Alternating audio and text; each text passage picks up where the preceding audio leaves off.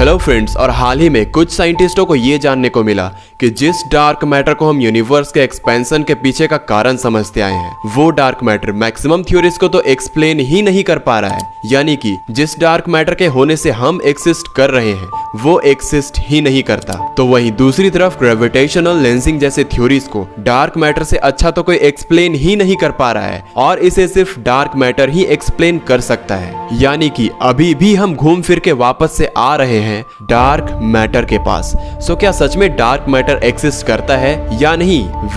इसका जवाब इस फोटो में है। इस फोटो में जो आपको ब्लैक होल का इवेंट होराइजन इतना बड़ा दिख रहा है ना, वो असल में 5 गुना छोटा दिखना चाहिए था। और जी नहीं, मैं नहीं, ये इस इमेज का रॉ डेटा बोल रहा है। इसे जब 2017 में इवेंट होराइजन टेलीस्कोप ने कैप्चर किया था, तब उसे शेयर करके इंटरप्रेट करने में ही 2 साल लग गए थे। यस, सिर्फ इस एक फोटो के लिए साइंटिस्टों ने 5 पेटाबाइट जितना डेटा कलेक्ट किया था। यानी इतना डेटा कि अगर हम मुंबई के वानखेड़े स्टेडियम को खचाखच भर भी दे तो वो सारे लोग 72 GB के GTA 5 को तो एटलीस्ट 2 बार डाउनलोड कर ही सकते हैं। इनफैक्ट क्योंकि इतना सारा डेटा इंटरनेट से नहीं सेंड किया जा सकता था, इसीलिए उस वक्त साइंटिस्टों ने उसे हार्ड ड्राइव्स में भर भर कर एरोप्लेन से एक दूसरे तक भिजवाया था और तब जाकर फाइनली वो इमेज बन पाई थी। And all the efforts at the end were worth it, because आज यही वो डेटा है जिसने ये भी रिवील किया है कि M87 का इवेंट होराइजन उसके एक्स्ट्रा डार्क मैटर की ग्रेविटी के वजह से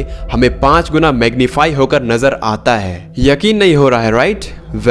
इसके पीछे की 2 रीजन सुन लो, फिर खुद डिसाइड करना। तो सबसे पहले इस चार्ट पर नजर डालो। इस चार्ट के अनुसार जिस तरह से M87 गैलेक्सी के अंदर उसके अनगिनत स्टार्स घूम रहे हैं, उस हिसाब से उसके सेंटर में मौजूद M87 सुपरमैसिव ब्लैक होल का मास इस बीच वाले लाइन पर या उसके आसपास कहीं होना चाहिए था। पर यहाँ जैसे कि आप देख सकते हो, उस मेन मास वाले लाइन से अच्छा खासा ऊपर है। इसका मतलब ये है कि उस लाइन और M87 के पॉइंट के बीच का डिफरेंस नापा जाए तो उस हिसाब से M87 में करीब 2 बिलियन सूरज जितना मास ज्यादा होगा। अब इस नंबर को हो सके तो किसी पेज पर लिख लो, क्योंकि उन्हीं साइंटिस्टों का अगला स्टेटमेंट आपके होश उड़ा देगा।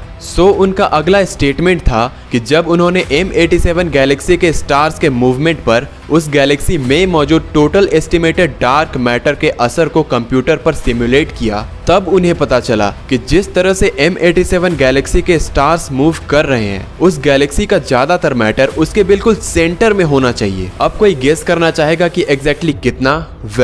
जवाब बस कुछ देर पहले आपने एक पेपर पर लिखा था। जी हाँ, अगेन लगभग 2 बिलियन सोलर मासेस, यानी बिल्कुल उतना ही जितना M87 में एक्स्ट्रा मास डिटेक्ट हुआ है। पर क्या हम इसे प्रैक्टिकली प्रूव कर सकते हैं? बिल्कुल, क्योंकि जैसा कि हम जानते हैं नो हेयर थ्योरम के अनुसार एक बार अगर ब्लैक होल ने सबसे नजर चुरा कर किसी चीज को निगल लिया तो सिर्फ उसके चार्ज, उसके मास और स्पिन के अलावा आगे कोई नहीं बता सकता कि उसने एग्जैक्टली खाने में क्या खाया था। कितना % हाइड्रोजन, कितना % हेलियम या फिर कितना % डार्क मैटर। अब आते हैं सेकेंड लूप होल पर। तो ये देखो, ये है बुलेट क्लस्टर। इसमें ये जो सेंटर में पिंक कलर का हॉट गैस का क्लाउड नजर आ रहा है ना, वो असल में एक प्रूफ है कि लेफ्ट और राइट साइड के ग्रुप ऑफ गैलेक्सीज लगभग उसी जगह एक दूसरे से कोलाइड होकर एक दूसरे के आर पार पास हो चुके हैं। बट अब जरा इन लेफ्ट और राइट में मौजूद गैलेक्सीज के ग्रुप में नजर डालो। यहाँ पर आप देख सकते हो कि जगह जगह पर ग्रेविटेशनल लेंसिंग नजर आ रहा है, विच मीन्स कि ज्यादातर gravity influencing dark matter in Galaxy groups के बीच में मौजूद है और इस सेंटर के पिंक स्पॉट में नहीं। अब इसका क्या मतलब बनता है? ऑब्वियसली यही कि सिर्फ ऑर्डिनरी मैटर एक दूसरे से कोलाइड हो सकता है, मगर डार्क मैटर हमेशा कोलिजन फ्री होता है। यानी एक के लिए किसी ब्लैक होल के एक्रेसेंट डिस्क में घूमते एटम्स एक दूसरे से टकराकर अपनी काइनेटिक एनर्जी और मोमेंटम खो सकते हैं और ब्लैक होल के अंदर गिर सकते हैं। लेकिन चाहे कितना भी डार्क मैटर उस ब्लैक होल की तरफ बढ़े,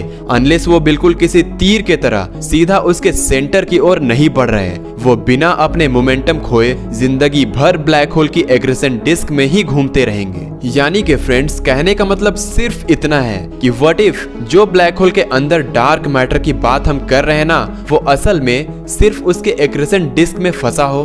बिसाइड्स हम ये कैसे भूल सकते हैं कि यहाँ पर जो हम ब्लैक होल की बात कर रहे हैं वो बुनियादी तौर पर काफी अजीब और कॉम्प्लिकेटेड होते हैं। फैसिनेटिंग एंटिटीज होते हैं ब्लैक होल्स, जिसे हम एक वीडियो में तो कवर नहीं कर सकते। सो अगर आपको वीडियो से कुछ भी नया सीखने को मिला हो और इसी तरह से इंटरेस्टिंग वीडियोस चाहिए तो ब्रूस वर्ल्ड चैनल को सब्सक्राइब जरूर करना, साथ साथ बेल नोटिफिकेशन को भी ऑन जरूर कर लेना ताकि आने वाली कोई भी वीडियो आप तक सबसे पहले पहुंचे। Thank you.